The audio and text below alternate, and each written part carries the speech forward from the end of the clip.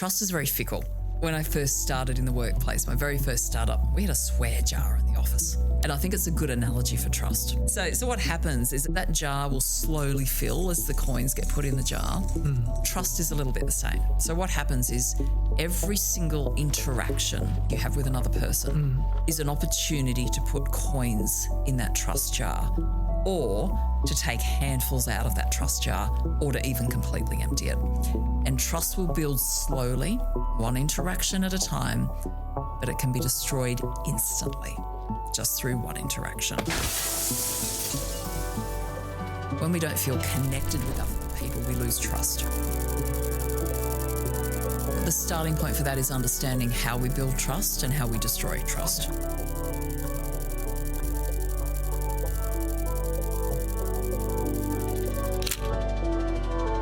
In today's episode, we sit down with Trudy McDonald. Trudy is a multi-award winning keynote speaker and a well-established leadership, culture, and HR consultant. Trudy is also the founder and managing director of Talent Code HR, a HR and workplace consultancy company. Trudy has both a bachelor's degree in psychology and a master's degree in organizational psychology.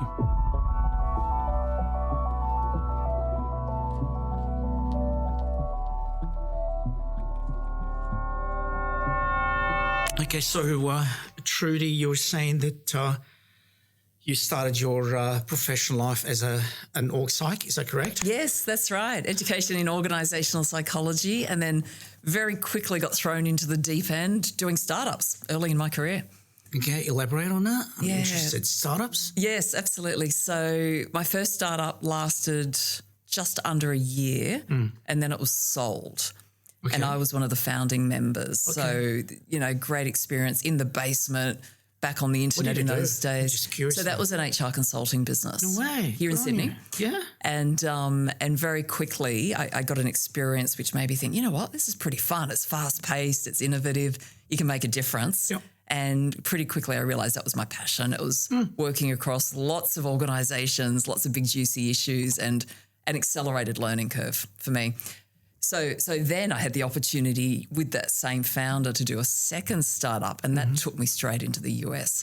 Okay. So I was only 25 at the time, pretty young. What was that business in the US? Yeah, so that was another HR consulting business. But the interesting thing was at that point, and this is showing my age, assessments, psychological assessments, which are often used for recruitment or development in the corporate world. I'm familiar with that. That's fantastic. Yeah, they weren't online. So we had the vision to take assessments online. Right. That's showing my age, right? And we thought, if we're going to do this, let's go to the biggest country in the world that's going to adopt this. And that's why we went to the US. Mm-hmm. So great experiences. So the internet was emerging. It was emerging.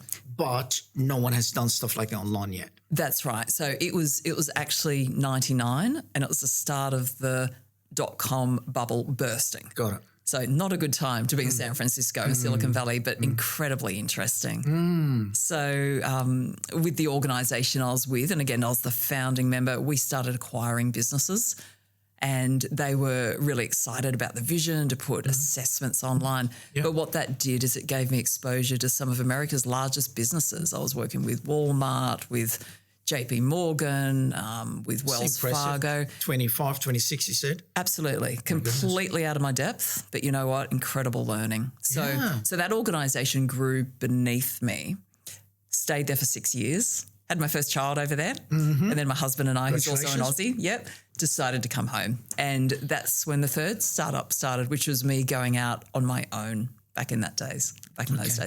And that was? And that was Trudy McDonald Incorporated. And it was interesting then because Australia seemed so small after being in the US. Yeah. And I think the experiences had been so rapid. I'd been thrown in the deep end. I came back to Sydney and I had a value proposition and I had a tool that didn't exist in Australia. So the doors were opening to me very easily. I was getting into Westpac and Macquarie Bank and Commonwealth Bank. And I think with that quick success coming back into Australia, I actually got poached into another organisation, and that was my first CEO gig. And that was an Australian-based consulting business. also around the assessment stuff, the psych assessment? A little broader at this point. So this is now an organisation that was starting to focus on culture and performance and organisational development, and that's where I really started to find my passion. Now, interestingly, I took that business to another level of performance, and it was sold back to the business that I'd left in the US. So full circle. Yeah. At this stage, I'm running Asia Pac for a global HR and leadership consulting business, and again, a whole other level of experience. Yeah. Yeah. Okay. And in this company now, what's the history of this company that you're at? Yes. So after that stint, I went in-house for a little while into a corporate role as the HR director. Okay. But pretty quickly decided that wasn't my thing. When you say pretty quickly, a year, 2, 3? 18 months. Okay. And I decided after 6 months, in fact. So I used that opportunity to... You don't muck around. I don't muck around, no. Well, you know what? The startup space is fascinating. Yeah. It's fast, it's all-consuming, accelerated learning. And going into an organisation, I started to see a whole lot of challenges that I could solve given my experience. Yeah. But I pretty quickly realised that this organisation isn't going to move fast enough. And where I could really add value was working with predominantly small to medium-sized businesses who had founder, owner, CEOs who wanted to accelerate their performance, had the passion, but realised that if they didn't get the people side of the business right, they weren't able to take that next step. And that's where I founded this business. So that was 13 years ago. Where would you get that experience from? For you to sit down with myself, which I'd be honoured, by the way, you're an amazing person. But just, back then at least, you haven't worked in corporates where you were part in the trenches, part of understanding those problems and solutions and trial and errors and stuff. Yeah. How could you sit down with a CEO and say to them, I believe I can solve your performance problem? Yeah. Is it just pure theory? Is it what am I missing here? Not theory at all. And in fact, my approach is the opposite of that. Because I've been the CEO of 3 different organisations, I think I can put myself in the shoes of these business owners. So I've led teams, I've run teams. They might have been startups, but I've been in the shoes of the leaders. So my approach is very, very pragmatic. It's like where can I get the quick wins? How can I build sustainable cultures, sustainable high-performance teams that are actually going to take me where I need to go? Fascinating topics. I think you've just given the audience a little bit of a taste about where your passion is and where you want to talk about, I think. Absolutely. So listen, I mean, everything that you have been doing and you do in your business right now in terms of the services or in terms of what you help companies with as part of your business right now, all those topics are of interest to me. So I want you to go with whatever you're the most passionate about and curious still about. You believe you're still even learning, although you know so much, but still you feel there's a lot of room even for you to learn about. Yeah, and that's such an important point. For me, I'm passionate about my own learning, and I spend a lot of time doing speaking engagements to CEO groups all over the country. And what that means is I'm often in a room of people who are much smarter than me and they're asking really hard questions, and that keeps me on my toes. So not only do I get learning from being surrounded by incredibly smart people. So you've been trained for the session then. Yeah, that's right. You're going to get a lot of those questions. Yeah, great. So I get asked the hard questions, and that keeps the fuel. That's the fuel that really keeps the curiosity going, because I need to be able to support these people, but I also learn through them sharing their experiences. Okay, so what's the thing you're most passionate about at the moment? What I'm most passionate about is how organisations over the last 5 years since COVID have shifted into a different state. And I'm talking about generalisations. This isn't every organisation, but it's many. And the state that they've shifted into is their cultures have become very comfortable. The struggle so many leaders are having is they're no longer accepting that. And they can't accept that because their businesses won't survive. So they're trying to shift their cultures back into a high performance zone, and they're really struggling. If we have time, I want to come around and give you a hug.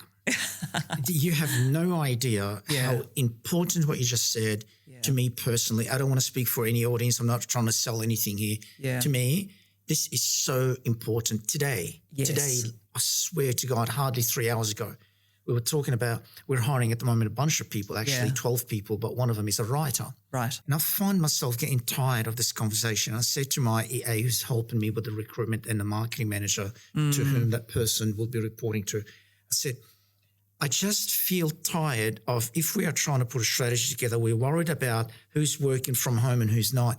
Can we please focus about what we're trying to do? Can we find someone who doesn't care about this part of the conversation, where we can focus on really what we need and creative stuff and cool stuff we want to do? Yes. I mean, I'm just tired having to worry about this aspect about who can come to the office and who's not. Yeah. Do you know what I mean? Like, this is absolutely. And I think this is one of the biggest challenges. I mean, there's so many challenges right now, because what it means to lead is very different to what it was in the past.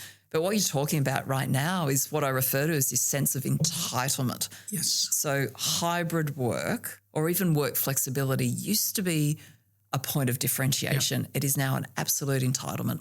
And similarly to you, I hear a lot of leaders who'll say, you know, I'll put a job out there and I will be explicit that it's in the office 5 days a week. That's what I'm doing. Yeah. And I will be explicit that it's a full-time job. And I get my candidates and that's all good and they agree to that. But then I get to the pointy end of the process and they go, so how many days a week can I work from home? It's like, what are you talking about? This is 5 days a week in the office. It's like, yeah, but I can work from home anywhere else. So surely this is what you've got available to me. It's the entitlement. It's an absolute expectation. Yeah. And you know what? My personal view on this is hybrid is here to stay. I don't think we're going backwards. Sure. However, what it takes to make hybrid work is not what it was previously. So there's a whole new range of challenges that have come about. And the biggest one is not like lack of productivity and performance. That's what we were all worried about at the start. But I think for many organisations, we've proven if we've got the right systems and people practices and if we're good at holding people accountable, hybrid can work. Sure. In fact, my team 13 years ago was designed for everyone to be remote. Yep. And we make it work really, really well. However, what's happened with so many individuals is because hybrid's become an expectation and we went home, we were forced home, what's been lost is the lack of personal and professional relationships. So the connections have diminished. Yep. And I think it's really interesting if you look at this from a psychological perspective. When we don't feel connected with other people, we lose trust. And when we lose trust, we lose our support network. Yep. We lose our ability to provide input. We don't feel safe challenging. Yep. The whole psychologically safe thing that Psychological you guys preach. safety. Yeah. It's based on trust, yeah. It's based on trust. So what happens is people are withdrawing. They're not collaborating. And as we know, if we want our organisations to be high-performance organisations, we need diversity of ideas. We need innovation. Absolutely. We need people speaking up. As leaders, we can't do it on our own. We need our teams. Absolutely. But when we don't have those relationships, people withdraw and they put on their blinkers and they do the minimum enough just to not get fired. Sorry to cut you off. You're saying there's a direct correlation. I mean, we've known that for a long time, but please correct me in case I'm saying the wrong thing to the audience. Yeah. There's a direct correlation, and we've known that for a long time, between trust and psychological safety. Correct. And if you're in an environment like a startup, a SaaS startup for HR, yes, where you're competing with in a $1 trillion industry, from everywhere, ideas, no matter how silly they might be, are critical. So if psychological safety is to be damaged, people are going to feel less safe to say what they think or come up with ideas, and in an event they're going to be frowned upon to be silly or whatever. Yes. So that is exactly what I'm talking about. Yeah, that's it. And then let's add to that we're all feeling burnt out and exhausted. So the current statistics in Australia suggest that about 39% of the workforce is self-reporting work-related burnout. Now, a few years ago, it was higher. It was closer to 50%. So it is coming down a little bit. Okay. However, let's just imagine this for a moment. About a third of your workforce is burnt out. Now, what does that mean? It means they've got physical symptoms. They're not sleeping well at night. They're constantly exhausted. There's cognitive symptoms, which means that they feel as though they're on the treadmill. They're not looking ahead. They're not looking around corners. They're certainly not innovating because they're just in survival mode. Got it. And then you've got the social symptoms, which often manifest as withdrawal. I don't want to collaborate with that other team. I just don't have the energy for it. I'm just tired. And I want to watch certainly YouTube and do nothing for an hour. Yes, that's right. So if that's the mindset of many of our people, including leaders, and I think this is really interesting. I do a lot of executive coaching, and for the first time in my career, I'm having CEOs coming to me saying, I can't do this anymore. I've had enough. This has absolutely taken the life out of me. So I think if that's the underlying culture, and then we're trying to get people to innovate and speak up and collaborate, they're just going, whoa, I'm already burnt out. Don't put more pressure on me. This is why it's getting hard. Yeah. This is such an important topic. I genuinely feel you're going to add a lot of value to me and to people like myself that will be watching this. So let's recap this and see which direction you want to, how we're going to start to unpack this. Yeah. So we're talking about the issues that have been emerging in the last sort of 4 or 5 years. Yes. And there's complacency, or there's, how did you describe it? What's the word that you Sense used? of entitlement. Entitlements. Yeah, and people have got comfortable because we've actually, leaders have lost their accountability muscle. Yes. We stopped holding people accountable. Yeah. And I got really curious around this. And when I ask leaders, I hear 2 reasons. Number one is they perceive accountability conversations to be a difficult conversation. And in an environment where we've had a talent short market, they feel that if I have a difficult conversation with somebody, they might leave. And that's going to put more pressure on me, and it's got to put more pressure on the team. And we're already experiencing burnout. So we just didn't have those conversations. And the second reason I hear is I've become so empathetic towards my staff, and COVID shifted our mindset here. We suddenly became very humanistic. We realised we need to get involved in people's lives. We need to have an understanding and empathy for mental health challenges or relationship challenges or financial challenges that they're having. And that's great. I think it's a really good way to lead. However, if we don't get that balance right with accountability, we start to get some unintended negative consequences. And those unintended consequences are we start to tolerate suboptimal performance and behaviours. Yeah. So the second reason people aren't having conversations is You've lost your edge. You've lost your edge. Duck against a competitor who was able to deal with that situation, get rid of it, and get back to have a better, more trained and stronger muscles, accountability muscles. You're going to be wiped out. I mean, if any CEO already understood what you're saying, it's on the money. It's spot on. That's right. It's a huge problem. So leaders haven't been holding people accountable. Hence, the culture is not a culture of accountability because it all starts at the top.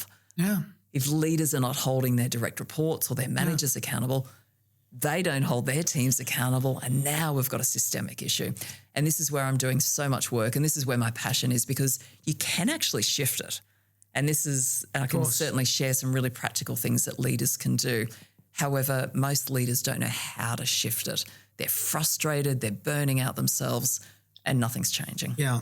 So let's talk about shifting it. Are you ready to talk about the solution, or do we still need to frame anything else? Well, I think there's a few other things that are happening at a macro level that are impacting how we lead. One is AI. That's an obvious one. Okay. It's on our doorstep, and what I'm finding is many organisations are actually struggling to get traction with AI.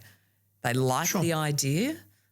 However, it's ad hoc and they're not actually getting systemic change. So I think there's actually some cultural reasons why that's not happening. There's a lot of fear from individuals that they're going to lose their job, or there's fear that I'm no longer going to be competent. Okay, so you're still talking, I'm sorry to cut you off, you're talking in general about the issues that you're passionate about, or the issues that are affecting leaders in terms of their ability to lead and to get the best out of the company, out of their teams, etc. It's about leadership. You're saying that whole weaker account. I love this, by the way. Did you come up with this idea? The accountability muscle. It's fantastic. 10 out of 10, if I may quote it. So you're saying one of the issues affecting leaders, CEOs of really creating high performance teams and therefore companies is the weaker accountability muscles coming out of COVID, where the expectations and all these things that became almost you're going to be cancelled if you say I want people to work from home. It's like That's right. from the office. It's like, what? This is a company, and I'm saying to people, you need to work from your office. It's like almost there's a fear you're going to be cancelled. It's like you're going against the grain. Yes. Not everybody is brave enough to take on that fight and just say that is optimal for my business and for our survival.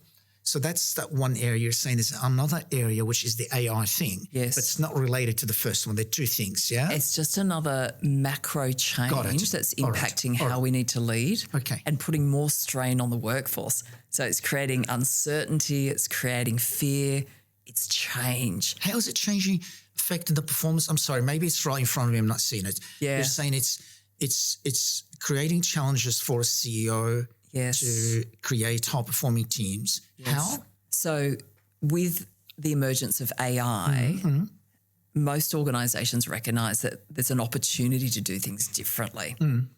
And I had an interesting conversation on a plane with the chairman of a company just recently. A client of mine happened to sit next to him on the plane. And he said, you know what? He said, Trudy, I had a member of my team come to me the other week with this revelation. And he said to me, AI can do my job for me. And I said to him, you can't let AI do your job because we're not going to have a business if AI does your job. And I said, yes, that's exactly the point. So it's really interesting. So you've got some leaders who are rejecting it, saying we can't let AI do what our customers are paying us for. I think the real question is, how do we reinvent ourselves to make sure that we can optimize? I was going to say, I didn't like that answer. No, because absolutely not. If you don't do it, someone else does it, they're going to be more competitive and you're going to lose your business anyway. They will be disrupted. They will be gone. Sure. So you've got that pressure where leaders themselves, some leaders aren't going on the journey. You've got other issues where leaders are saying, great, let's embrace this, let's do this. But you've got members of the team who, remember, are already burnt out and exhausted, don't want any more change, going, whoa, I'm a little bit apprehensive about this because what's it going to mean for my job in the future? Am I going to lose it? Am I going to be capable and competent in the future when my job changes? And they're resisting. So what you're now getting is resistance to change in general. You're getting this increase in toxic behaviours because remember, people are working from home.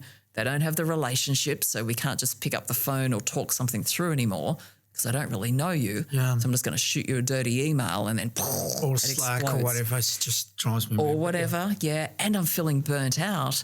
So I'm likely to be reactive rather than responding. We've got this tidal wave of issues. And let me add one more piece to this puzzle. We've now got 5 generations in the workforce.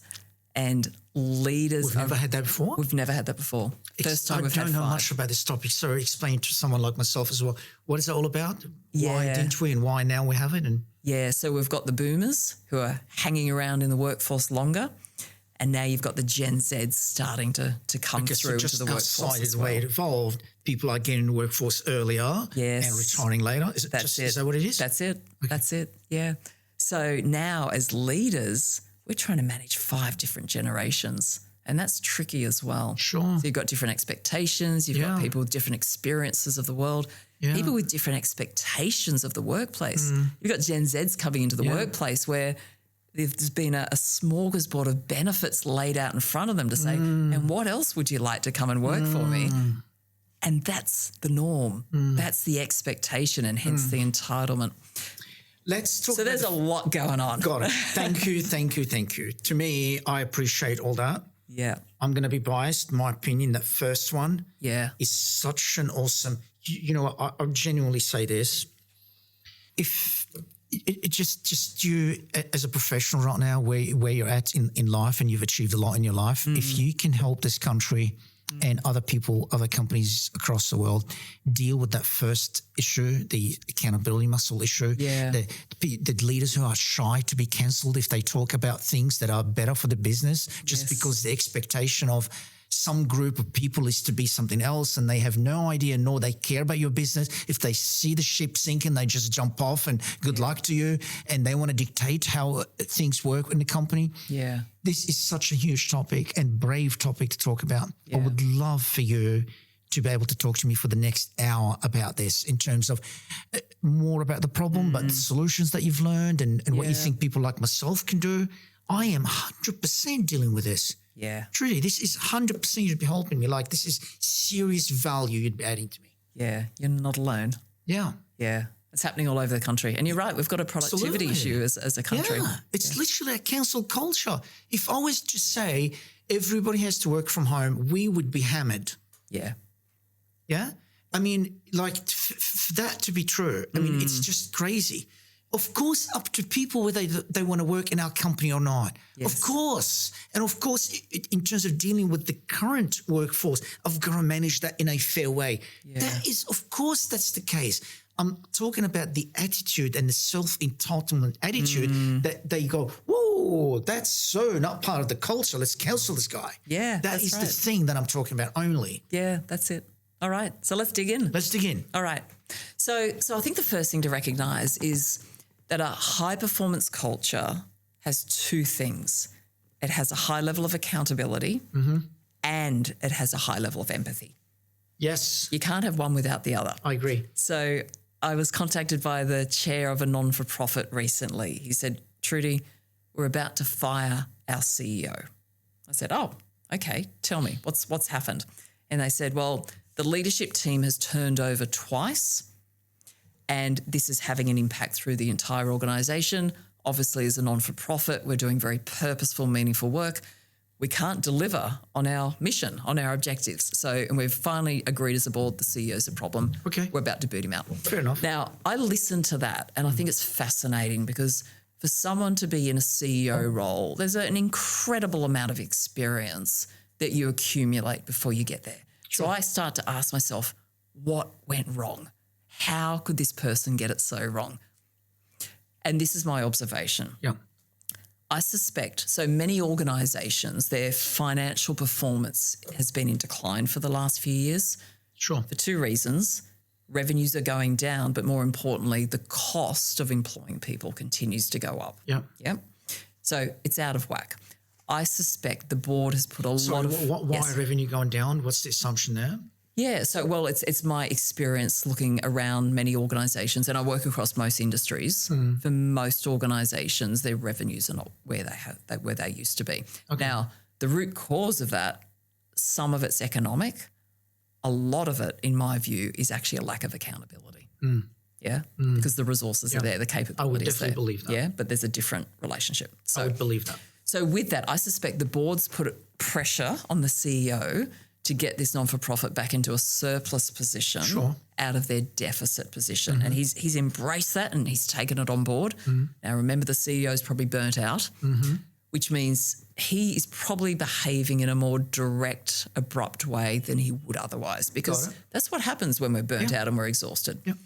And I suspect his leadership team is also feeling pretty burnt out and exhausted. And I think one of the key reasons or the root causes I've identified which sits around that is what I refer to as role compression. So what happened during COVID when we didn't have enough people is leaders rolled up their sleeves with good intentions and just got in to do the job. Now with that, they started to form new habits. And those habits were, I'm doing parts of other people's jobs. I'm jumping in and I'm rescuing them, or I'm now taking this on because we don't have enough resources. It doesn't take too long to form a new habit. So a lot of those habits have stuck. Now, remember, we haven't been having accountability conversations. So when the manager one level down is not quite doing their job, well, that's all right. I'm just going to let that go. I'll take it on. So you've got a leadership team that's also burnt out and exhausted. And what that means is when the CEO is putting pressure on them, they're going to react. It's going to be blown out of proportion. You can't do this to me. I'm feeling overwhelmed. I'm not feeling psychologically safe. And as we know, there's been legislation changes which make that a little bit tricky. So I suspect this leader, with all good intentions, has gone hard on accountability and hasn't had the emotional intelligence to introduce empathy into the culture. So too much accountability without empathy, and you get a culture that's harsh, it's impersonal, it's stressful, and we can see the consequences of that, right? Yeah. Now, that's not the norm. However, it is happening. What I see more typically, and I think this is the 80-20 balance, is cultures that have too much empathy and not enough accountability. Yeah. Now, in an environment where you've got too much empathy, what happens is you create a culture of entitlement. People want more and they want more, and you get less in return. So we've actually got this chicken and egg situation, not enough accountability, and people become more entitled, but the more entitled they become, the less they actually give you in return. Yeah, absolutely. They need to be balanced very, very carefully. They need to be balanced. 100%. So for most organisations and most leaders I talk to, when I explain that to them, they have the same response as you. They're like, yes, this is absolutely my problem. And then the next obvious question is, how do I fix this? How do I get out of what I refer to as a high comfort culture, which means lots of empathy, not much accountability, and actually shift into that high accountability, high empathy zone. And that's the ingredient. They're the key elements of a high performance culture. Systems can help with that as well. Systems are part of it. You know, if you're coaching this leader, whether it's the CEO or whether it's one of the leaders, to their respective team to hold them accountable, and you coach them all day about the balance. In the conversation, I need you to have the positives and the negatives, the empathy and the accountability. You do all that. But if you capture all that conversation into a proper, let's say, some form of performance review, it doesn't have to be a formal performance review, where you put these kind of questions, create a bit of a template, educate them with that system. It means in the heat of the moment, they're not going to do the wrong thing. So that means they've got a better guidance, a better system to encapsulate your education that you're giving to them to implement it better. That's it. Yeah, they need the tools. They need the frameworks. You're absolutely right. Yeah. However, we can't go straight there. Because remember, you've got a workforce who's not used to this. No one's held them accountable for the last 5 years. In fact, they've said, what else do you want to stay? And how much more money can I give you? Let me get your opinion on that. There's I had no idea about performance management or anything like that. So I'm by far not claiming and I'm not sure about the topic. But I had to learn about it quickly in the last 3 years now. Because of our clients and because because of requests from our clients, we had to develop the performance management tool module. So I had to do a lot of research and spoke with so many clients.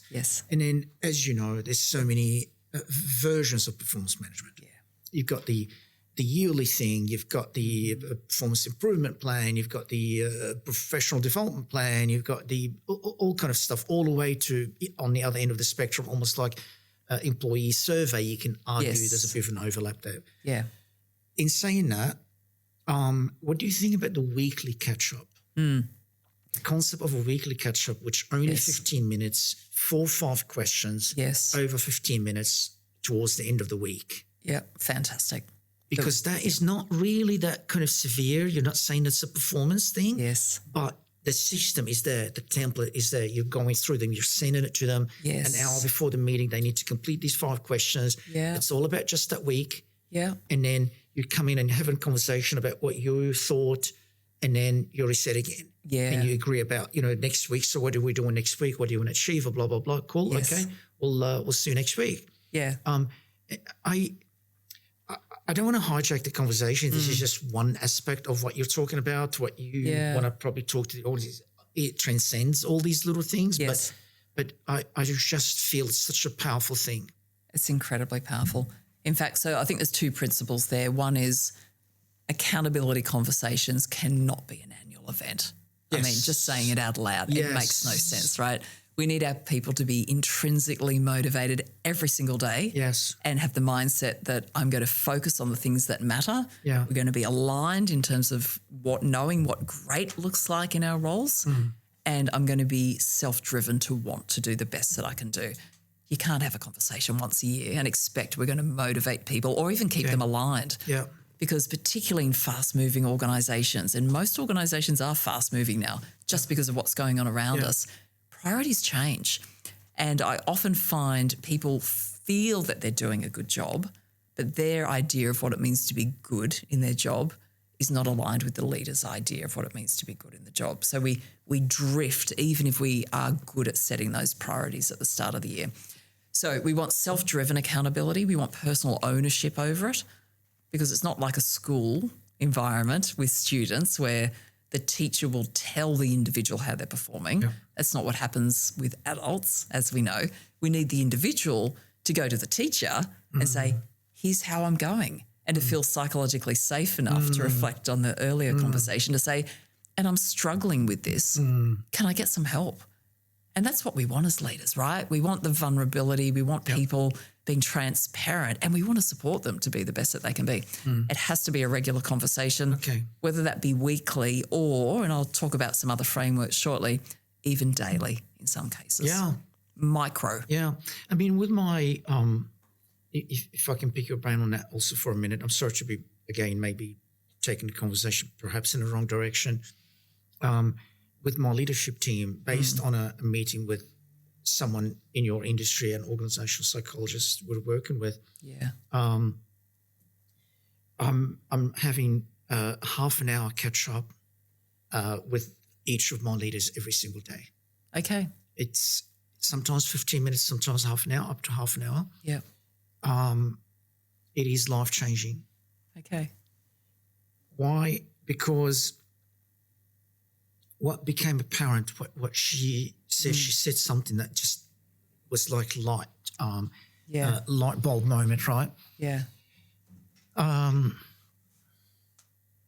My job is to make sure when they are on the tool within their team in the trenches, when they are with their own people, they are proactive and positive, as opposed to being in a mindset where they are reactive and negative. Yes. So my job is to make sure if they walk into that room feeling defeated, feeling challenges, walk out feeling inspired and powerful, empowered. Yes. If I can do that to each of these guys, probably I can just take the rest of the day off. In the sense, there's nothing more important for me to do. Yeah.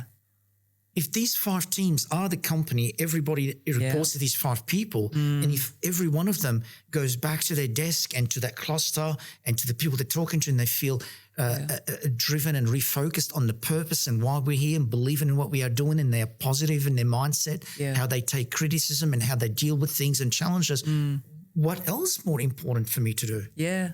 Look, I think it's a good reflection. I'll challenge you on that a little bit though. Please. Because I think the reality is most leaders, in an ideal world, that would be great. The reality, having been a CEO myself and dealing with leaders every day, is we wear quite a few hats. So yes, we need to do that, but we also need to be driving strategy. We need to be maintaining key strategic relationships, and leaders are feeling burnt out as well. So where accountability practices have evolved, and I'll just put another framework out there, is to shift from this concept that accountability is one-on-one combat, and I'm using the word combat being a negative because that's often how it feels for people, right? I like got to have this one-on-one conversation and it's going to be combative and it's going to be a bit awkward. Definitely there's that stigma to it. I appreciate you saying it that way. Yeah. And shifting that mindset to accountability being a team sport. Now, let me just give you another model, because most leaders are time poor. Time is our most precious commodity. And if you were to have a daily one-on-one with everyone in your team, I reckon there's a more effective way of doing it. And this is what it looks like. Okay. So rather than thinking about a traditional org structure where you've got the CEO and then you've got direct reports reporting to that CEO and it goes down from there. But if I just focus on that level, traditionally accountability looks like the leader has one-on-one conversations with each of their direct reports, and that's where we motivate, we inspire, we hold them accountable. And that's exactly what you're talking about. In fact, do it every day. Most important thing. I get it, absolutely. If we make it a team sport, let's imagine that we draw that hierarchy as a circle. And in that circle, you've got the leader and you've also got each of the direct reports. And accountability happens in every direction. And motivation and inspiration happens in every direction. So as a leader, you still have the responsibility that we just spoke about. However, your team members also have a responsibility to hold you accountable as the leader. I really like that. And team members are holding each other accountable. I like that. So you're saying do a meeting with all of them, just to spend 1 hour instead of 2.5 hours, 5 times half an hour, 1 hour with everybody, less time, and you're saying more effective. That's right. So let's think about a 15-minute daily stand-up meeting with your leadership team that taps into a few really important things. And let me just give you a suggested agenda. Number one, bit of good news or gratitude every day. Now, why would we do that? It's exactly what you're talking about earlier. It's about priming people to have a good day. If you can get them to reflect on something they're grateful for or a bit of good news. 15 minutes not going to do it because let's take the salesperson. They have 5 pressing issues. They have a $500,000 deal that could require potentially product development. That means we have to make big decisions about shifting the R&D from here to there. Yeah. She needs that bandwidth. She needs that brain power from me to be able to give her any kind of positive feedback. She needs her 15 minutes minimum. Yeah. And the other guy comes with their own problems that they feel defeated and challenged by, that they need that. So if it was, let's say, an hour, but that becomes too much for the individual person then. Can you imagine each one of them taking an hour on that? Yeah. I don't know. But certainly 15 minutes with everybody in the room, they can't talk about the issues that they need support from me. They can't. But let me reframe this and give you a different approach. Yeah. Of course. So this is about being agile. So rather than let's lock in something that's a one size fits all, let's start with a 15-minute stand up. Prime the mood. We're feeling positive. We're feeling optimistic. We're feeling connected to each other. We're feeling supported. Yep. Second thing is accountability can come into that meeting. And very simply, around the table, what's my focus for today? Now, my focus for today should not be I'm getting through my emails.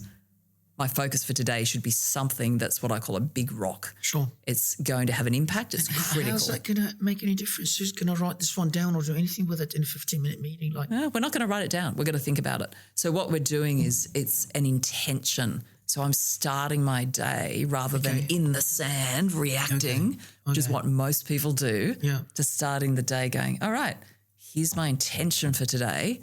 I'm going to tell you all that I'm going to call this key strategic customer. I know, I love it. It feels like gimmicky. I've done, we do Agile. Our nickname is Agile in everything we do. Yeah. And I've been in these stand-up meetings and some of them, half of them is just fake and self-entitlements and rubbish. Yeah. You know, I'm trying to see how I can use what you're saying and how it can be infused in and make it work. Yeah. Well, let me tell you the rest of the story because it doesn't stop there. Yeah. I'm sorry. Yeah. No, that's all right. In other words, you've interrupted me. I'm sorry. No, that's all right. So we're going to prime the mood. We're going to get everyone to make a commitment. So now we've got self-driven accountability straight away, just by that simple act of what's my focus for today, the thing that matters. Number 3, where do I need support? Now, there may be a challenge if everybody's coming to you that the CEO, hypothetically, has created that problem because often the team can use each other.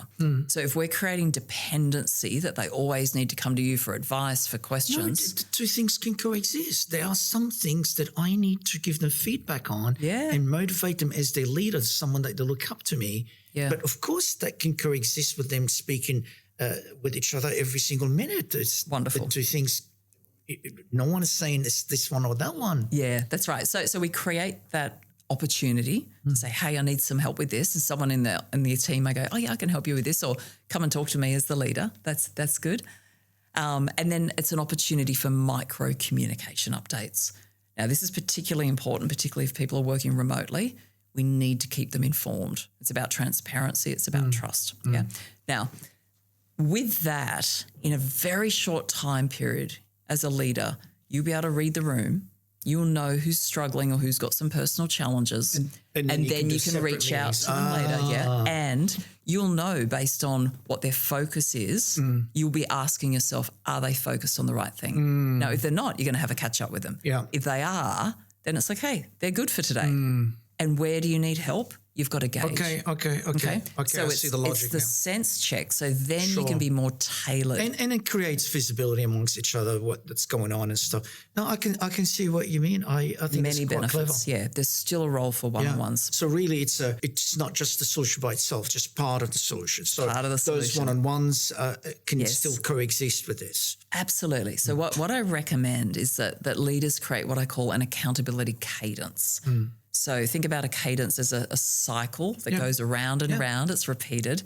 And there should be different let's call them meetings, that have different agendas. So, for example, you may do a stand-up 3 days a week for 15 minutes, but you may have an hour-long team meeting once a week. And that's where we actually go through our commitments, our KPIs. I was actually going to suggest that. I totally agree with you. Yeah. Yeah, and then there's going to be a monthly meeting, which has got a different agenda again. And it's going to be looking out more. Exactly. You're probably going to have a quarterly meeting that's going to be more strategic. First time that we're doing now a monthly meeting, we call it my EA. She suggested we do, because of some people work fully remote, the developers. Yeah. She's going to do a monthly town hall, she's calling it. Yeah, good. We're going to do it at the pub, starting, let's say, at 2 or 3, depending on the length of the agenda. Yeah. And then we have dinner or drinks by 5 o'clock.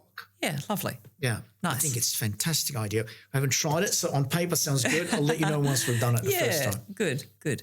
Yeah, so having the cadence in place, and it's a balance between efficiency and effectiveness, because we can't spend all of our times running meetings as leaders. Yeah. And in fact, a longer term objective for leaders should be to be empowering their people so that there's less dependency on the CEO. So you start to create an environment then, in a real team environment, where team members are inspiring and motivating each other. They're not relying on the CEO. And in fact, they're problem solving together, and there's clarity around when they need your input, but it's also about you extending trust and saying, you know what, I'm trusting you guys to make this decision. You don't need my input on this. Also depends on maturity of the company and where it's at.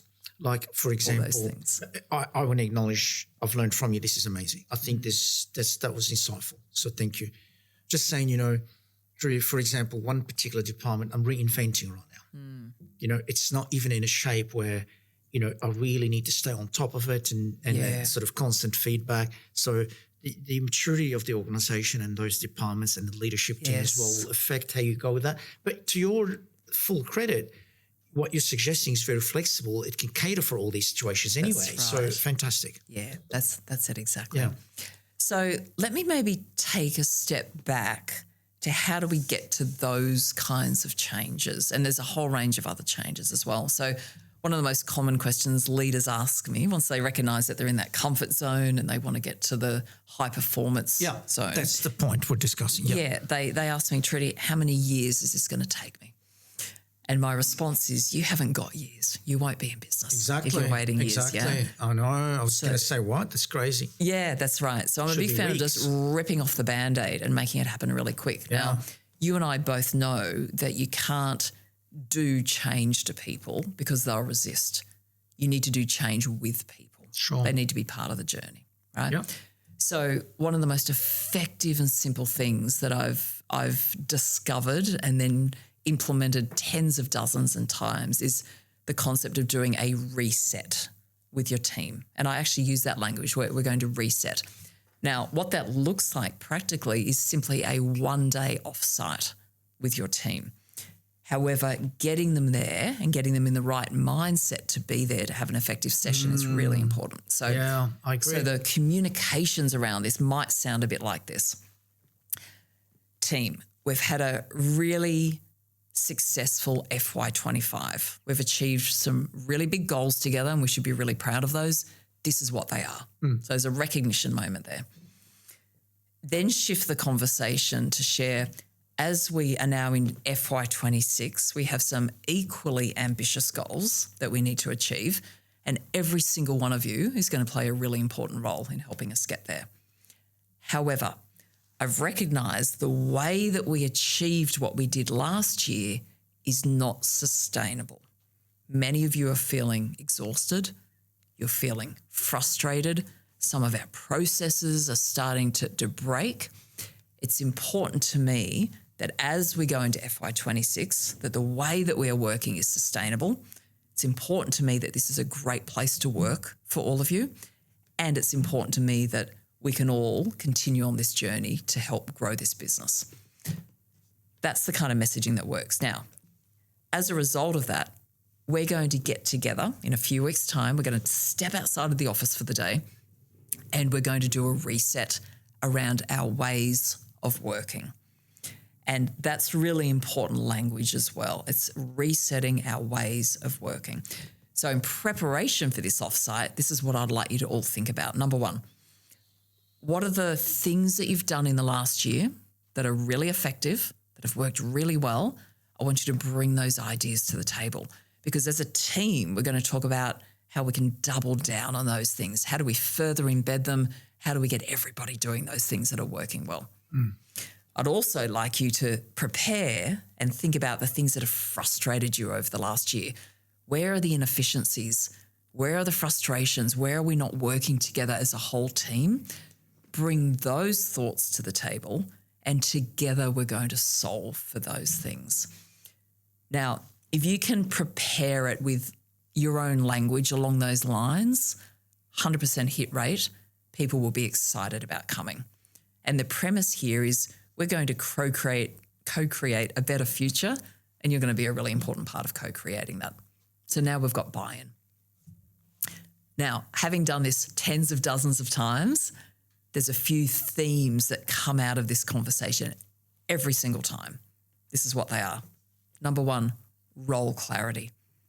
People will not be clear on what great looks like for their role.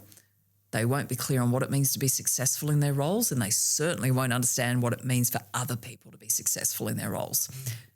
This is fantastic, because now you've got permission to shift up everybody's roles. Yeah. Critically important if you want to drive accountability. Okay. The second thing that's going to come out is accountability. You've now got permission to work with them to reset your accountability practices, whether it be the kinds of things we're just talking about, whatever works for your organization, you can do a reset on it. The third thing that's going to come out is meetings. Most organizations will say we spend way too much time in meetings.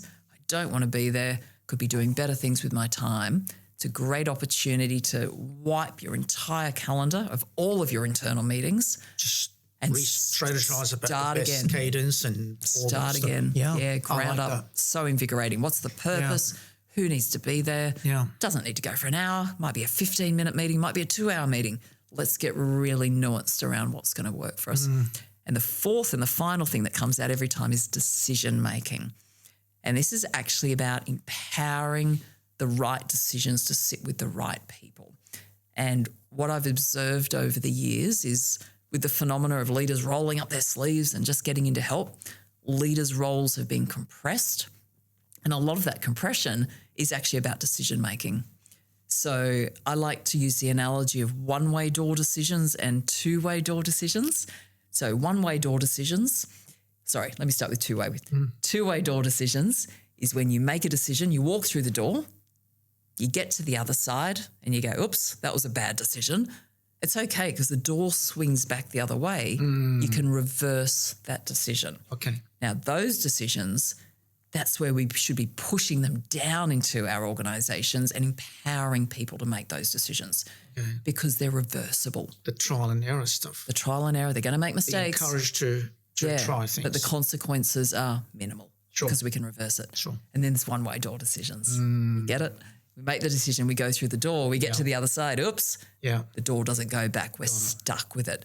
These are the decisions that leaders and leadership teams should be making. And what I observe consistently is leaders and leadership teams are stuck in this operating rhythm where they're making far too many two-way door decisions that disempowers their teams. The teams create a dependency. They're always pushing up.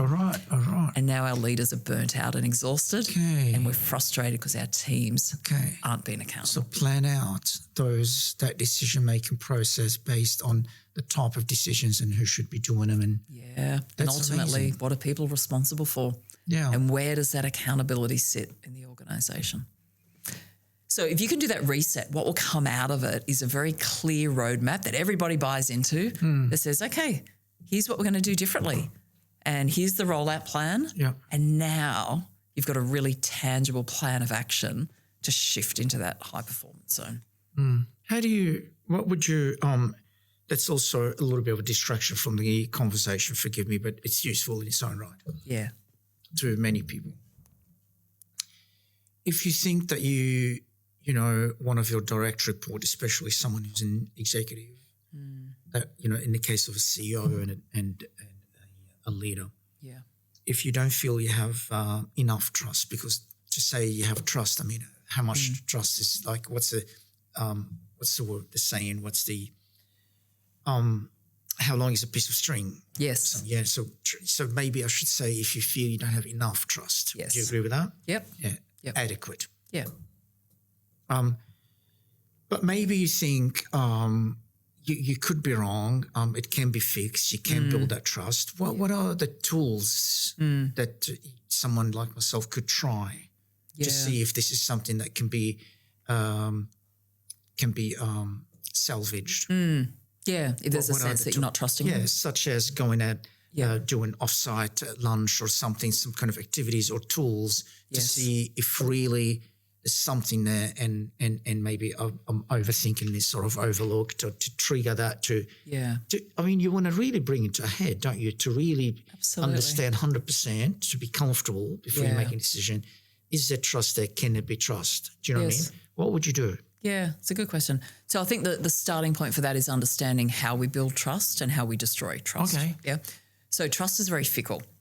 When I first started in the workplace, my very first startup, we had a swear jar in the office. Unheard of.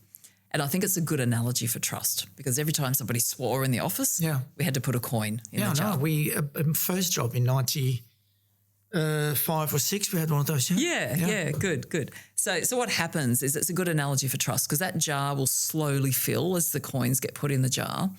However, when the jar was full, that would be our money to go down to the pub on a Friday night. So it gets emptied in one afternoon and then we start again.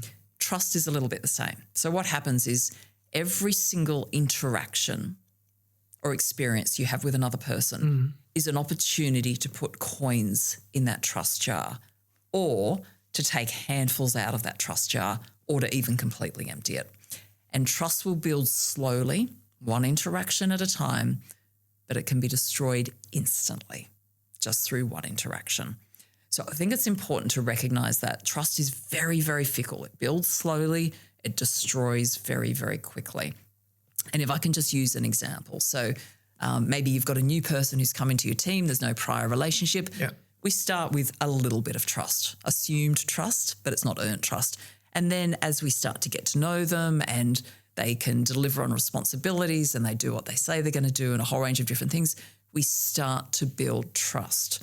However, if that trust bucket is not very full and they do one thing that diminishes trust, so maybe they lie to you about where they were on Friday when they didn't show up to work and said, I went out to visit a customer, but it came about that they weren't actually with that customer at all. You've just lost all that trust that's been earned. And now we've got to start again. And it's going to take a little bit longer it's almost like that jar gets a little bit wider. It's going to take a little bit longer to build again.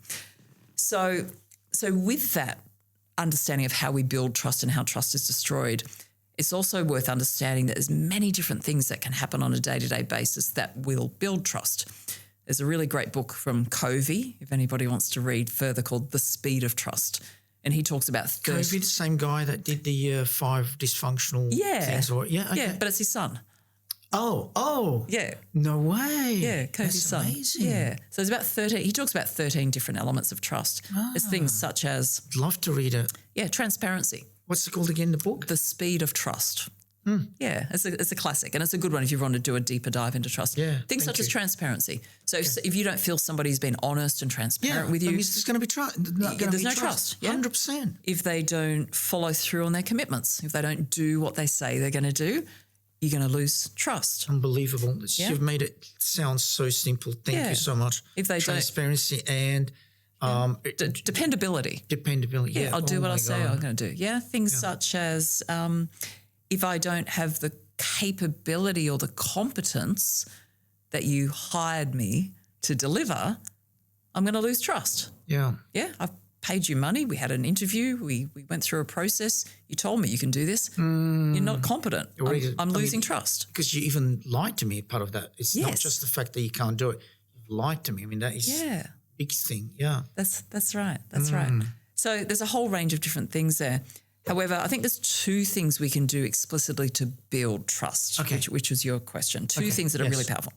As a leader, being vulnerable is one of the most important things you can do to get others to trust you. So vulnerability is admitting your mistakes. Vulnerability is asking for help. Vulnerability is being honest about how you're feeling, and whether that be how you're feeling about the relationship with the person or how you're feeling about the market or the business. And that's a bit of a tricky one, because I think we need to be vulnerable to build trust. We need to be authentic. However, we need to balance that with showing up how our teams need us to show up. And I do a lot of coaching in that space around how to get that balance right. So vulnerability is one of the most important things you can do. And the second thing you can do to build trust is don't always be the smartest person in the room. And what I'm referring to there is a lot of... Agree. Yeah. I make that mistake sometimes. Yeah, we all do. Thank you for that reminder, yeah. Yeah, because often we will come to our team and we'll say, look, I've got a problem. Here's what I think we need to do for the business. What do you think? We genuinely want their ideas. Yeah. But what happens is because of the power imbalance. Yeah, you've already said they're going to maybe fear going against it. And yeah. Or they may just respect you so much, they may think, who am I to challenge you? So I'm not going to.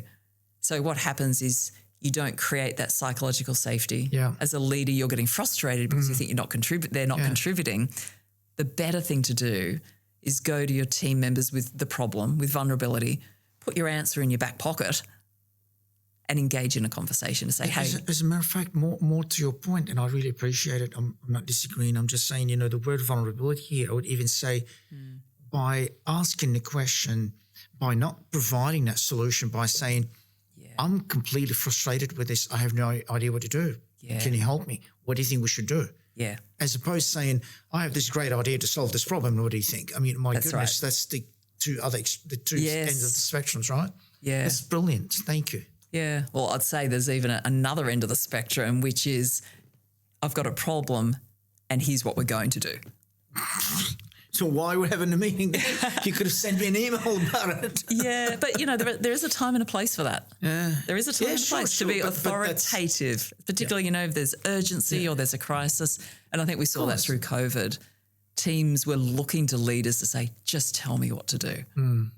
Yeah. However, that can no longer be the default leadership style. No, you're right. But that wasn't really the topic we were discussing. We're talking about the trust, and we're talking about, encouraging people to tell you what they think. And that's right. To be honest, I forgot the exact point we were discussing. But how we build trust. I learned something about this. Thank you so much. That was enlightening. Yeah. So let's get back to what you were saying. I've asked the question about the trust. Yeah. You've given me some amazing ideas that there's a bunch of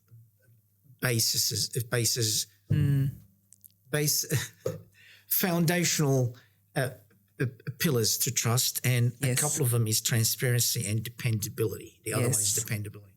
So just for people to start to think in that direction. Yeah. And so my question was, then what are the tools? What are the tools for me to start this conversation to see if we can build trust? Yes. How do you build trust? And you said? Yeah, so vulnerability, big one, and not being the smartest person in the room is the other big one, along with a whole range of other things. So you're right, that's an incredibly important foundation, and as you mentioned earlier, it's linked to psychological safety. So just to create a framework for understanding psychological safety, trust is how I feel about another person, and if I've got a leadership team, I will have a different level of trust of everybody within that team. And I should expect that they will have a different level of trust towards me as well. It's very individual. Psychological safety is similar, but it's a little bit different. So what psychological safety means is in this team, how safe do I feel as a member of this team taking interpersonal risks without fear of repercussions? Yeah. And most people will move through 4 levels. The first level is referred to as inclusion safety. And what that means is in this team, can I be my authentic self? Can I be vulnerable? Can I share my experiences? Can I show up in a way that makes me feel comfortable? And I think the interesting thing with hybrid work is a lot of people don't get past that base level. They never actually build that connection with their team. They don't really know the team don't really know them. And you can imagine that then leads to a whole lot of destructive behaviours or lack of productive behaviours. Okay. Beyond there, you go to what's called learner safety. What that means is, do I feel safe making mistakes? Yeah. Or am I going to feel that I'm also part of building blamed? Trust. It's all related to trust. That's right. Now, if I don't feel comfortable making mistakes, I'm not going to step outside my comfort zone. As a leader, that's a real problem if people are not stepping outside of their comfort zone, because we don't do anything different. We don't innovate. We don't change. You're going to stagnate. And if you're stagnating, you're actually going backwards. Yeah. Yeah. So that's the second level of trust. The third is referred to as contributor safety. And what that means is, in this group, do I feel safe contributing ideas? Now, you'll know that you've got contributor safety when people feel comfortable leaning to each other's patches. Yeah. Yeah. Not this fear of, well, you're finance and I'm marketing. Yeah. I'm not going to challenge you. I'm not even going to offer any ideas, because who am I to offer an idea? You're the expert. Or I'm not going to feel safe because you're probably going to signal to me, just get back in your swim lane, will you? Go back to marketing. I'm the finance expert. That's a real problem, because you get what's called the common knowledge effect. We don't actually get smarter as a team. We only know what we show up with. And then you've got the fourth and the final level, which is challenger safety. Obviously, that's the hardest. Can I give you feedback? Can I challenge your ideas? And the receiving end of that is, can I actually take feedback without personalizing it, without getting defensive, but actually view it as a really important part of how we operate as a business and our ways of working. Okay. So to get back to, thank you so much. I really appreciate it. I've got so many ideas about this issue with the trust stuff. Thank you. To get back to your topic, which is what we wanted to discuss today, I think we're at the point where we want to start to talk about, or we started already to talk about the solution to that problem of the weaker muscle, accountability muscle. Where are we at with this? Where are we at in terms of providing tools and tips and stuff to CEOs to start to get their confidence back up? Yes. I mean, to start with, some people, the environment, as I said, this whole council culture and all that bullshit, people are frightened. They almost convince themselves that this cannot be done. Yeah. They almost think this is just not possible anymore. This is how the norm is. Those weaker muscles are the norm. Yeah. We cannot be any stronger anymore. So to start with, what would be the advice for them to really come to terms with that? What tools do you have for them to be convinced that, no, this is not right. This is not the norm. We can do better. Yeah, that's and right. then we start to talk about, well, how do we maybe give you some tools of how you want to do it? Let's start by, why would they believe you that this is garbage? This is just something went wrong with the culture because of COVID, because this is incredible event, which was a near catastrophe for human being, which is, we acknowledge was a big problem, but unfortunately every catastrophe, every major event can have residual issues and stuff like that, lingering problems, and this is one of those. Sure is. So what would you say to them for them to be convinced in their heart that, you know what, this is not normal? Yeah, that's right. Well, I don't know whether it's not normal, but there's a new normal. Okay. Yeah. So what COVID did is, it, as a society, it changed our mindsets about work. We realised that we're vulnerable as a species, and no longer was work the main gig for most people. And I saw people exiting corporate careers and careers they had invested in to go, you know what, I'm either done or I'm going to prioritise work-life balance. We'd spoken about it for years, but this was a real shift to go, you know what, I need balance in my life. Hence, as an executive, I'm going to work part-time, and that never would have been an option before. Or I'm going to move to a region and I'm going to work remotely, and this is now our way of working. How can it be? I want to challenge you on this, and I know you're going to be right. I'm still going to do it. Yeah, good. How can it be normal if we, for example, in Australia, which is really, that's the experience I've got. Yeah. In Australia, we are a comparative society, as in companies wise. The commercial world is what do we call our system? Got the socialist system and the, what do we call our system? Capitalist system. Capitalism. Yeah.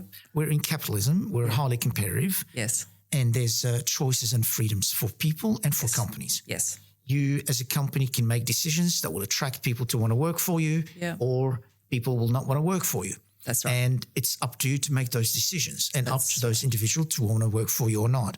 Yeah. Why would that be normal for me to accept that those weaker muscles are normals, as opposed to I will make the right decision that will be the best for my community being, or stakeholders, if you like, being my shareholders, my employees, my clients, and whoever else, right? Yes. And I can make whatever decision I want to make within the law of the land to be as competitive as possible. Yes. Because competitiveness has got no end to it. If I don't think at that level, someone else would and becomes more competitive, and I would be slowly dying. Why would anybody put a limit on that? Yeah, that's right. You're absolutely right. And leaders do have a choice as to how they want to run their businesses and what kind of working conditions and working arrangements, all within legislation. Yeah. So very specifically, leaders can choose to say, we're going to have everybody work in the office.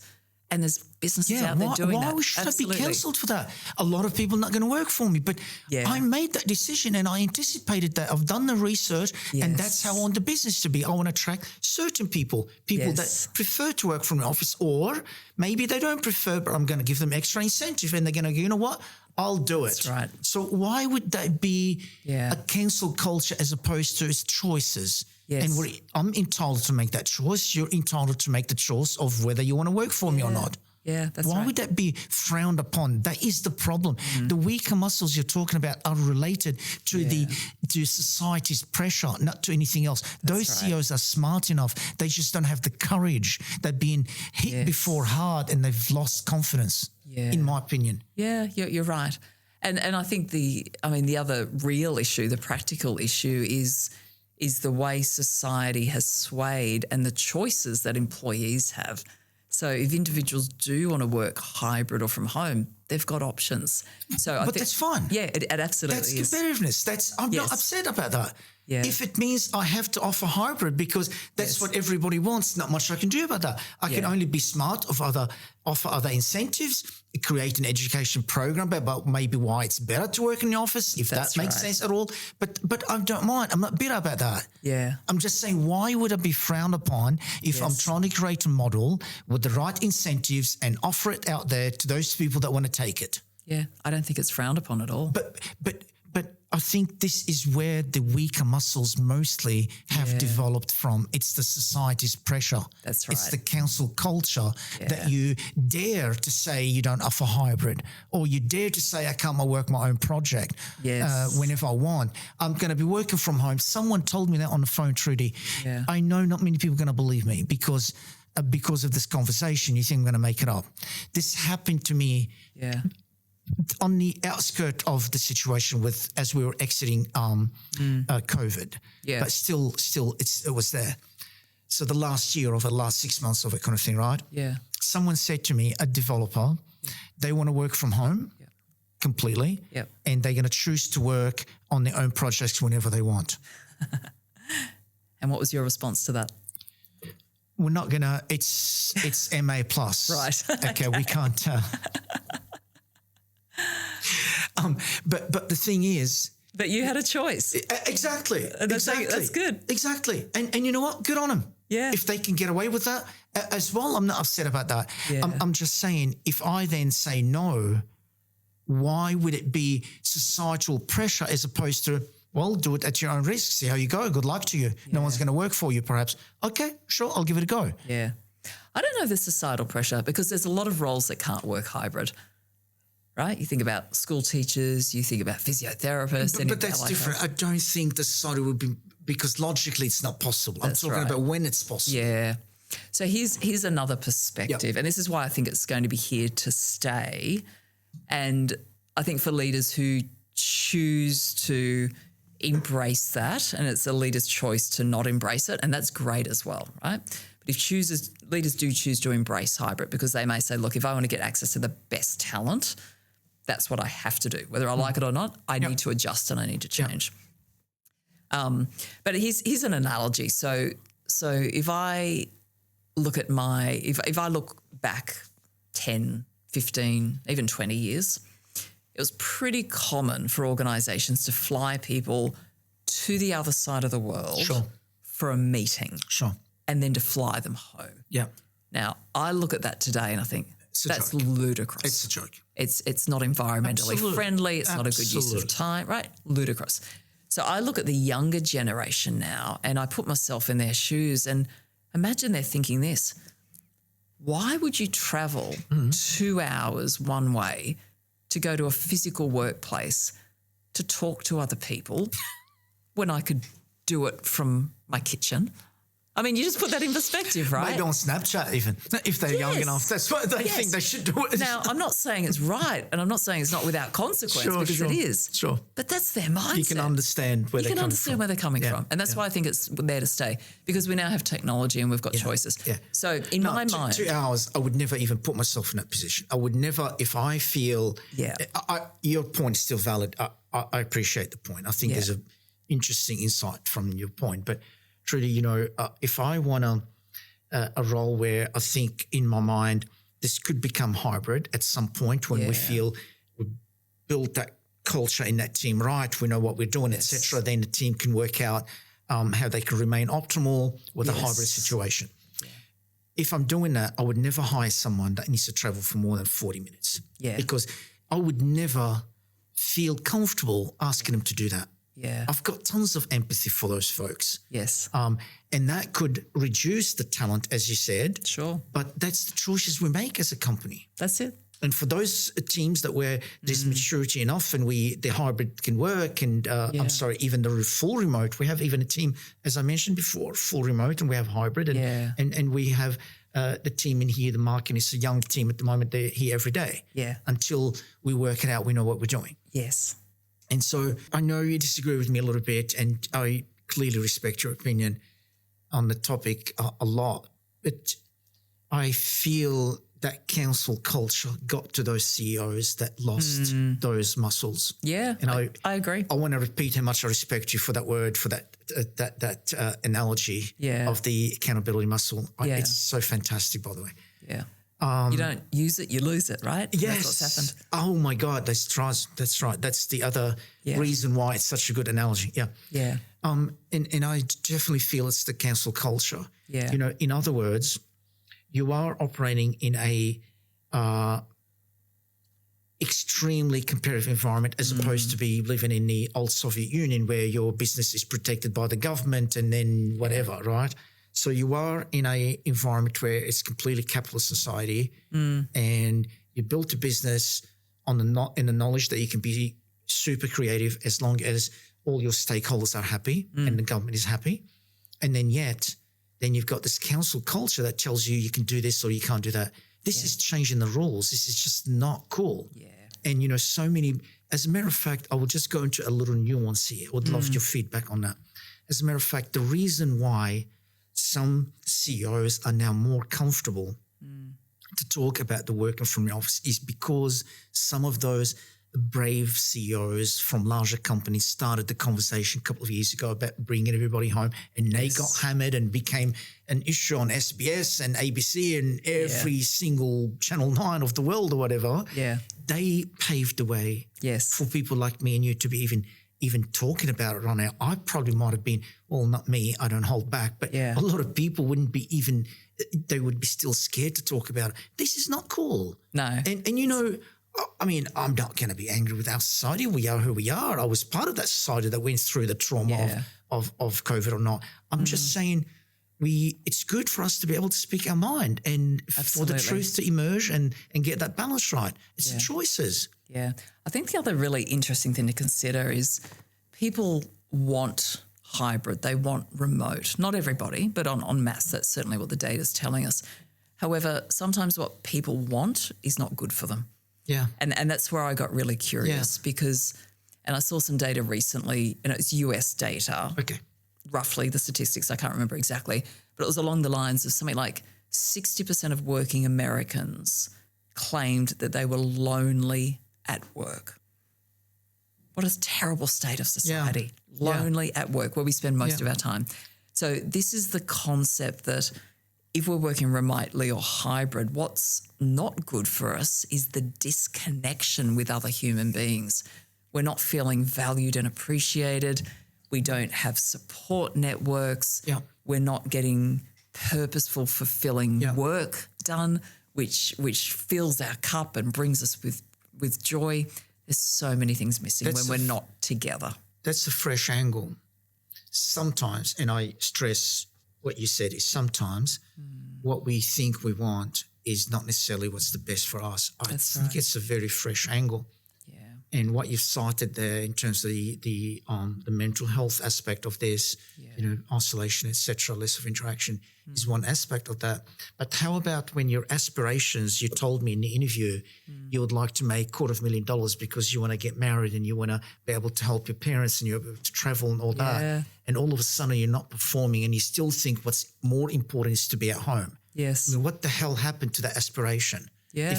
If when I say to you 3 days from the office is going to make you more focused and be able to succeed at your job more, and you're still taking that choice. Yes. Yeah, that's right. And I think as long as people are experiencing the consequences of their action, then they either have a choice. They change their aspiration or they change their behaviour. Right. And they change their choices at the Right. end of the day. Interesting, yeah. So if we keep giving them more and more and more, the aspiration doesn't change, but the performance doesn't go up either. Yeah. So I think there's learning for a lot of people. Interestingly, the younger generations generally want to be in the workplace. They want the learning. I didn't know that. They want the connection. Oh, there's data to back this up. Absolutely. It's fantastic. Please share. It's the boomers and the Gen Ys who want to be at home. Okay. It's our generations. Yeah, because we're done. We're exhausted. Yeah. And now we're saying, you know what, I can start to get some more balance in my life, but I can keep working because maybe I enjoy working or maybe I still need to work, but I can spend time with grandkids, or now possibly the kids are leaving home. I've got some time to do things on my own. Yeah. The younger ones want us there. We're the ones who don't want to be there. For the record, with all my passion about the topic, because it is an extremely, extremely important topic for our society as Australians to be competitive, to remain, for Australia to remain competitive. Yes. So it's a very important topic. Thanks to you, you're highlighting all the issues and helping people like me to see it better, understand it better. However, just for the records, I totally agree. Hybrid is here to stay. It's not like I'm saying no. Yeah. I'm just saying we need to be able to make the choice on a per role basis, per department basis, per whatever it might be. Yeah. And there should be no criticism in the sense, shame-based criticism because we're doing that. It's a commercial decision. Yes. And it's a free culture. It's a free world. Yeah, we make the right decision on that. We might lose some talent pool. We end up suffering from that. That's how it should be looked at, as opposed to shame-based analysis. Yes. Couldn't agree more. I guess what I'm trying to say. Couldn't agree more. Thank you. That's good. So would it be useful for me to summarise with a few more practical tips that leaders can take away to get this, to get accountability back up into their organisations? In other words, stop interrupting me, Anwar. Let me continue. Yes, please, go for it. No, not at all, not at all. So step number one is the reset. That's so important because we need to get people bought into the changes that you want to see. And it will become their idea, I can guarantee it, that we need role clarity, that we need accountability, that we need more empowerment. That's gold, because that's what you want as a leader. That's the foundation of accountability. From there, you're going to get a roadmap. So here's a few practical tips around those key phases. So role clarity is really important. My recommendation is that job descriptions are generally a waste of time. They're good for when you hire people. It sets an expectation. However, our organisations are evolving very quickly, and hence the roles need to be evolving quickly as well. They're not static.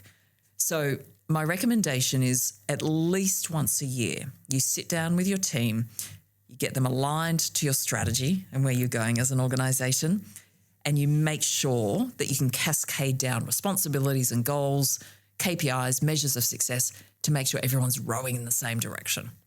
Really simple thing, but that's an annual exercise. Sorry, I've written here role clarity. Role clarity. And this is all still on the role clarity, or was that the second point? This is all about role clarity. People need to know what it means to be great in their job. Now, I'm using that language very deliberately. Great. Not what does it mean to be good in my job. Great. What does it mean to be great in my job? So you want to set this aspiration that we're going to be a great business. We're going to help you and support you to be great in your role. What does that look like, and how do we measure it? Yeah. So that's the first thing. The second thing is a lot of people are overwhelmed and burnt out. So let's not forget that. So the last thing we want to do is feel like we're loading more onto people.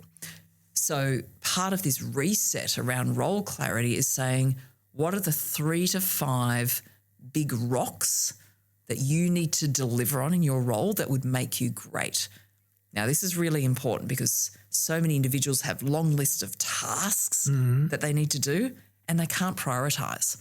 If I can use the analogy, if you're trying to chase 8 rabbits at once in a field, how many do you reckon you're going to catch? Oh, probably none. Correct. Yeah.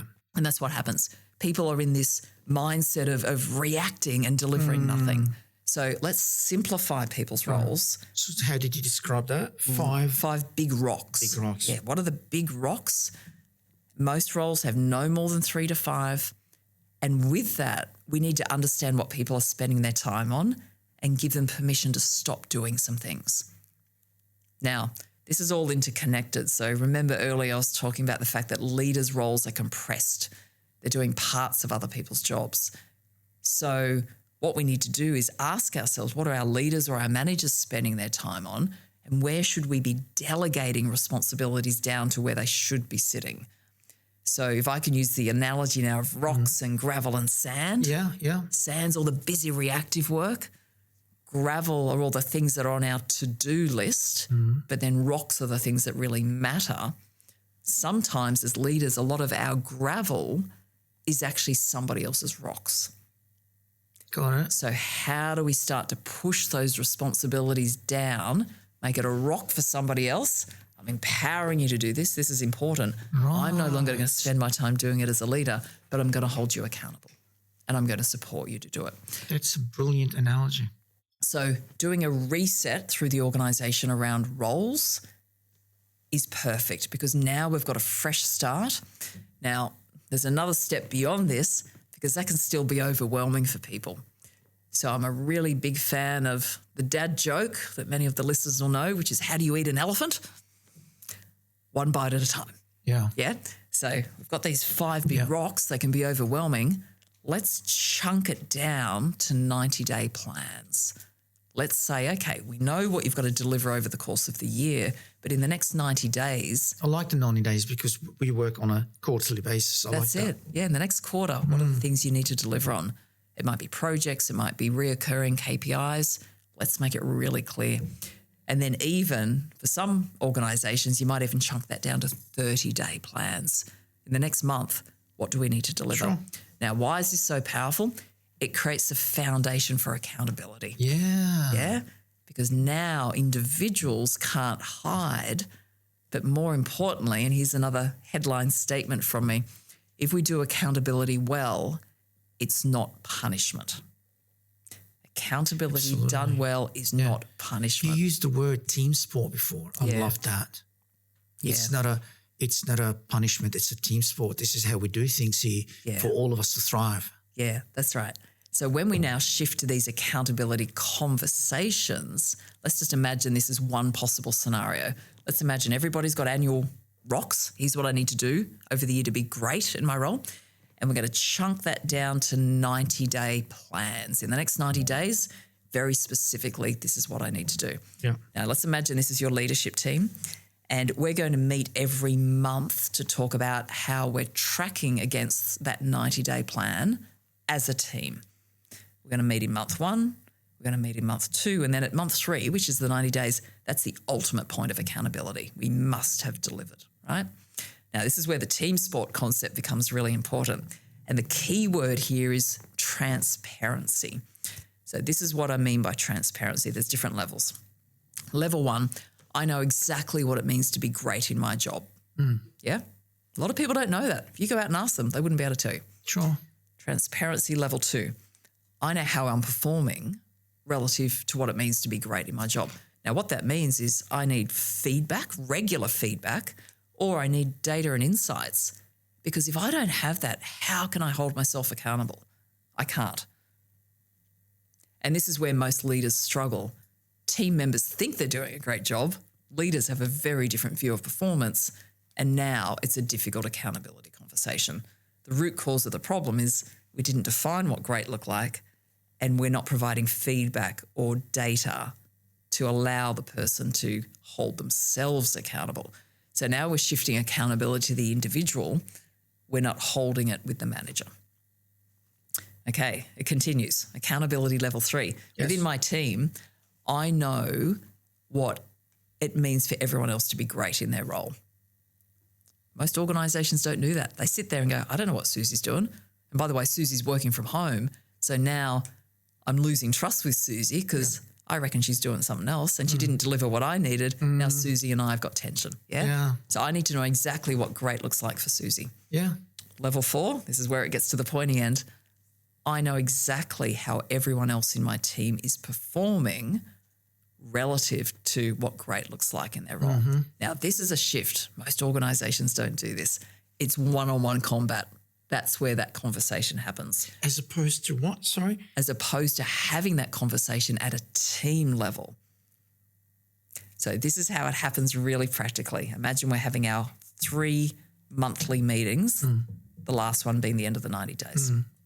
This is what happens. I've got my own dashboard and it lists what I need to deliver this 90 days, just the big stuff that matters. Month 1, as the leader, I'm going to go first, and this is really important. I'm going to put my dashboard up on the screen and I'm going to traffic light it, red, yellow, green, to share with you my progress against my 90-day plan. And this is where it all comes together. With psychological safety and trust, I'm going to feel very comfortable talking to my team because I'm going to say, you know what, I'm on track with this one and let me share with you what it means for you, but I'm really struggling with this particular rock or responsibility. Here's why I'm struggling. This is the challenge. This is a roadblock I've come up against. Can you help me? Can we talk this out? What ideas have you got? It feels safe to say I'm not on track, and the expectation is the team's going to lean in and help me because they want me to be successful because we're a team. And if any one of us is not successful, the team fails. That's the mindset difference. We are a team. Let's do what's right to help each other and get the team outcomes. Now, a bit of magic happens here. As a leader, you need to be vulnerable. You need to not be perfect every month. That's a really important point, right? Because it builds trust. So it makes to lie sometimes that you made mistakes? Not lie, but just come with your challenges, right? I'm joking. I might be on track, but I'm struggling with this. Can I get some ideas from you guys, right? I mean, if you think you're perfect, that's a problem already. Absolutely. There's always room to improve and vulnerabilities. Yeah. So the team's now holding you accountable. They're going, hang on, that's in the red. Okay, how can we help you? So you've got high accountability, high empathy because the support is there, high support. Yeah. A little bit of magic happens if you do this. You do it in month 1, you do it in month 2. By the time you get to month 3, there's been 2 conversations to say, okay, how can we help you get back on track? Let's have a conversation. Let's share some ideas, whatever it may be. So that monthly town hall is a good idea. It's incredibly powerful. Bit of magic happens, which is accountability. The fact that it's transparent, the fact that it's a team sport, the fact that it's high support means that it will happen. Bit of magic. Yeah. It works. That's the shift. And I think that's where leaders need courage to make that shift. However, you can't just jump into it. You need all the foundations we've spoken about today. We need to get people on board with the change. We need to build trust. We need to build psychological safety. We need to define what great looks like. And now we start having accountability conversations. That's the build-up. Yeah, that's fantastic. Okay. I reckon that's me done. Yeah, we're done on. I reckon I'm done. Enough tips on. There's on enough. This. It'll overwhelm people if I do anymore. Totally agree with you, actually. Yeah, because I was just actually thinking I need to re-listen to this a few times. Yeah, there's a lot there. There was some gold stuff in there that I didn't connect the dots in my head yet. Yeah. That's fantastic. Thank you so much for that. So just to remind people, if they're interested to talking to you, how they get to your website. Yeah, absolutely. What would that be? So you'll find me on LinkedIn, Trudy with a Y, McDonald, M-A-C. Yeah, MacDonald as in just McDonald's, but but with an MAC. Okay. And I put a lot of content and video tips online all the time. So if you follow me there, you'll get a lot of content. Our website, is talentcodehr.com.au. Okay, so Please if reach you out. forgot the LinkedIn stuff, just search Trudy Talent Code. You'll get there straight away. That's it. Is that fair? Yeah, absolutely. Okay. Thank you very much for a very insightful conversation. Pleasure. I learned a lot from you. I'm very grateful. Thank you very much. Thank you. And I'm sure we'll see you back here soon. I'm sure we'll reach out again. Thank you, everyone. That Appreciate sounds it. great. Thank you. All right, let's do this.